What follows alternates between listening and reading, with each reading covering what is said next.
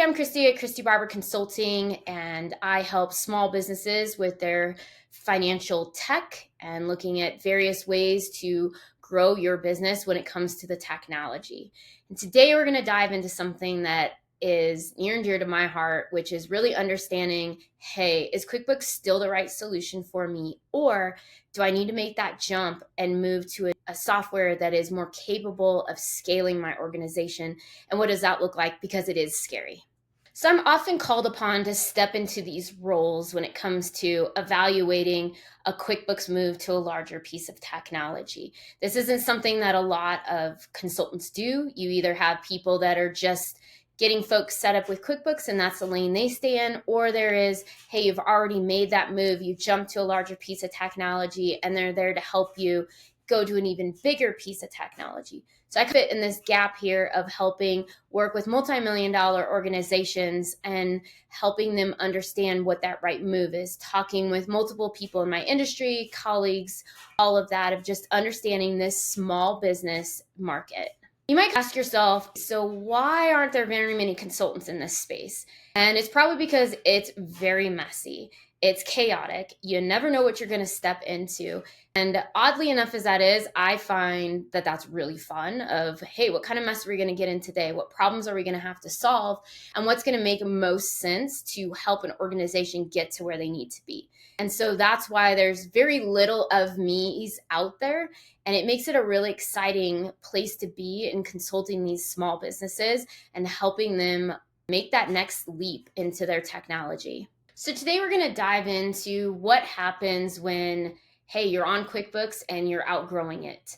Also, what happens if you don't want to stay on QuickBooks anymore and you're wanting to know what else is out there? And then lastly, looking at ERPs and getting stuck in that of being like, oh my gosh, there's so many options out here. Vendors can be, nudging you in a certain direction. You don't necessarily feel comfortable in the way you should move. So we're going to address all of those today. And hopefully by the end of this, you'll have a very clear direction on which way you want to go and be able to explore what that looks like for your organization. First thing to know is, yes, QuickBooks is what's out there. Their branding is everywhere. They've become the staple of the small business world of when you're first getting started because it's very affordable. You can manage things pretty easily, get payments, etc.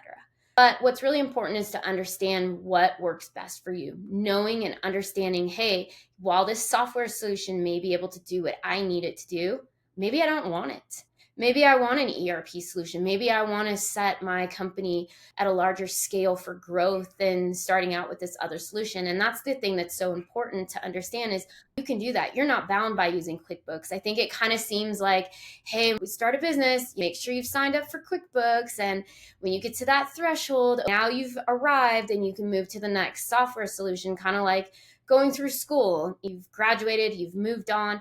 And that seems to be what happens a lot of times when it comes to technology is there's this weird time frame in place saying you're okay, you can step into this next larger piece of software.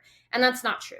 And that's what's so important about having a consultant in place too, of helping you understand what are your rights, what can you do, what solution makes sense for you to use. And that's what's important. The first thing you need to do when determining what software is going to be best. This could be, hey, you just started your business, you're still working on an Excel spreadsheet, or you're in QuickBooks, or you're in another solution. But the best thing to do is start with a selection.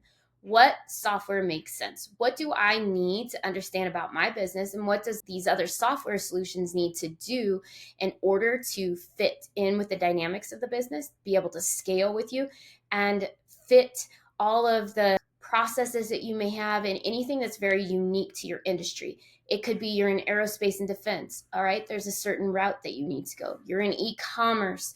There's other things that you need to be aware of. So there's a lot of different dynamics, and that's what's comes down to in these selections really narrows down which software solution makes the most sense for you. So one thing to look at is, let's look at QuickBooks. A lot of times you outgrow them very quickly. Sometimes you haven't, but what does that really look like? You get to a point where QuickBooks can't meet your reporting needs. It can't look at your inventory correctly. You're not able to look at multiple entities and consolidate your financial statements on the lower levels of the QuickBooks. And the biggest part is a lot of times as we're getting these new types of APIs, we're looking at manufacturing side of things and distribution. QuickBooks can't not do that. It is a glorified financial software, and it has become the go-to for the small business market out there. 4 out of 5 users are using QuickBooks because they have made themselves known throughout the year, and that's just what you go with. It's affordable.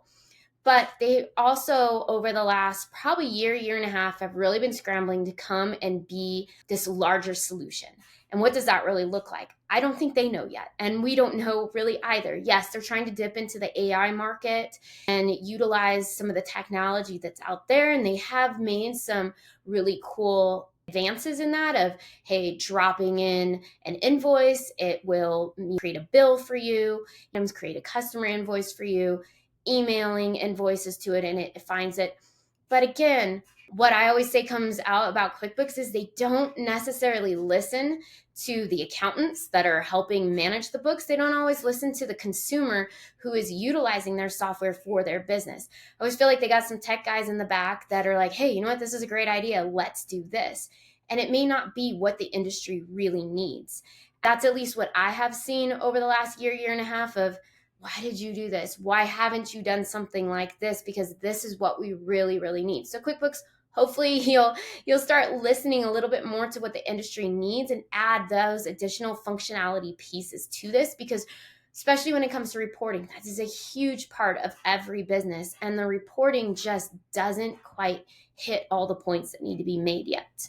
So this year, they talked about it a lot, starting at the end of 2024, actually, and they're really making this push for their enterprise solution. And yes, it's been on their desktop version for a long, long time where you could have multiple users, people are working in the same environment, they can actually do things at the same time, things don't get overwritten, all of that. But now they're trying to really push this to the cloud solution, get rid of desktop. They've been trying to phase that out for a couple of years.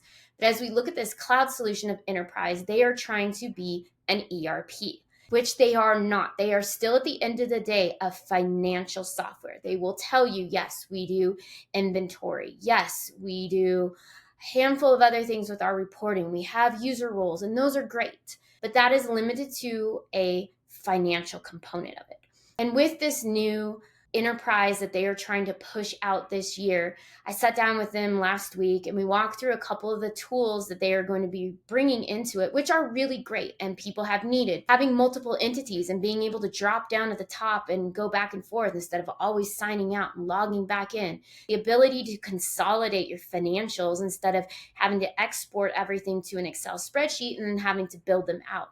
So those few things, they have heard of what the small business owner needs and are listening to that need and creating those. But still, at the end of the day, they're not a manufacturing software. They're not an e-commerce software. They can't do distribution.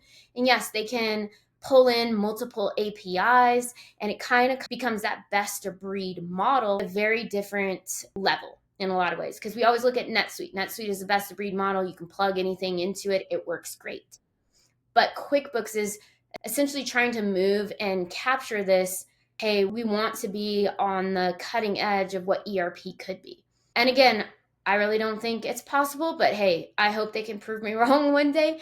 But I just don't see them ever being able to make that switch from QuickBooks as we know it as being $50 a month, $100 a month or whatnot, and you're getting these items. And so it's just going to be really interesting to see what they can bring out with this enterprise solution, how they're going to market that, but also being a consultant in this space of being aware of what my clients' needs are and possibly steering you away from going down this enterprise solution because it may not be the best fit for you, even though all of the criteria out there on their website and their sales reps talking to you say that it is. So I can say this because I'm always out and about doing a lot of research on all of the new trends that are coming out to be able to speak to my SMB world out here and being able to be more of that authority figure to help you guys decide what goes best. I'm not obligated by QuickBooks to kind of stay in line and be like, yes, it's the best solution, and thinking in my mind, no, really, no, it's not. But being able to really stand out there and say, yes, these parts are good, these parts are not so great. And at the end of the day, this is what's best for my clients and for my SMB followers out there.